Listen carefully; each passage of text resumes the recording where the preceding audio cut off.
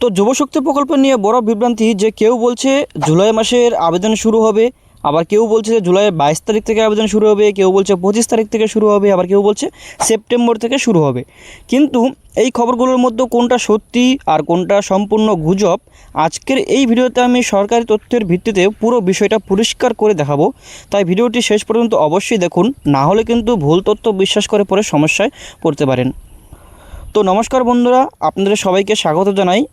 আপনারা যদি পশ্চিমবঙ্গ সরকারি প্রকল্পের সঠিক ও যাচাই করা আপডেট সবার আগে জানতে চান, তাহলে অবশ্যই আমাদের চ্যানেলটিকে সাবস্ক্রাইব করে পাশে থাকা বেল আইকনটি অন করে রাখবেন। তো চলুন সরাসরি মূল বিষয়ে চলে যাই। তো গত কয়েকদিন ধরে সোশ্যাল মিডিয়া বা ইউটিউবে যুবশক্তি প্রকল্প নিয়ে বিভিন্ন ধরনের ভিডিও ভাইরাল হচ্ছে। কেউ বলছে যে জুলাই মাস থেকে আবেদন শুরু হচ্ছে, আবার কেউ বলছে যে 22 তারিখ থেকে শুরু হচ্ছে, কেউ বলছে 25 তারিখ থেকে যুবশক্তির প্রকল্পের আবেদন চালু করা হবে। আবার অন্য একটি ভিডিওতে বলা হচ্ছে যে সেপ্টেম্বর মাস থেকেও আবেদন নেওয়া হবে। এখন সাধারণ মানুষের মনে একটা প্রশ্ন তৈরি হচ্ছে যে আসল খবরটা কী। আচ্ছা, আমি আপনাদের একটা অনুরোধ করব যে কোনো ভিডিও থাম্বনেল বা আকর্ষণীয় শিরোনাম দেখে বিশ্বাস করবেন না।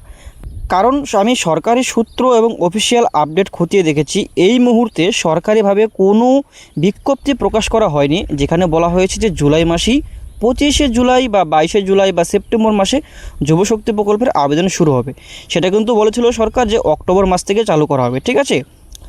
অর্থাৎ বর্তমানে এই তারিখগুলোর মধ্যেও কোনো সরকারি নিশ্চিতকরণ কিন্তু নেই। এখন অনেকে প্রশ্ন করবেন যে তাহলে এই এত মানুষ এই তারিখগুলো বলছে কেন। এর প্রধান কারণ হলো যে অনেকেই সম্ভাব্য সময় বা নিজের আনুমানিক নিশ্চিত খবর হিসেবে প্রচার করছে। আবার অনেক ক্ষেত্রে শুধু অনেক ইউটিউবাররা বেশি ভিউ পাওয়ার জন্য আকর্ষণীয় থাম্বনেল এবং টাইটেল ব্যবহার করছে, যেখানে কোনো নির্দিষ্ট তারিখ কিন্তু সরকারিভাবে ঘোষণা করা হয়নি। এরা শুধু মিথ্যে খবর প্রচার করছে।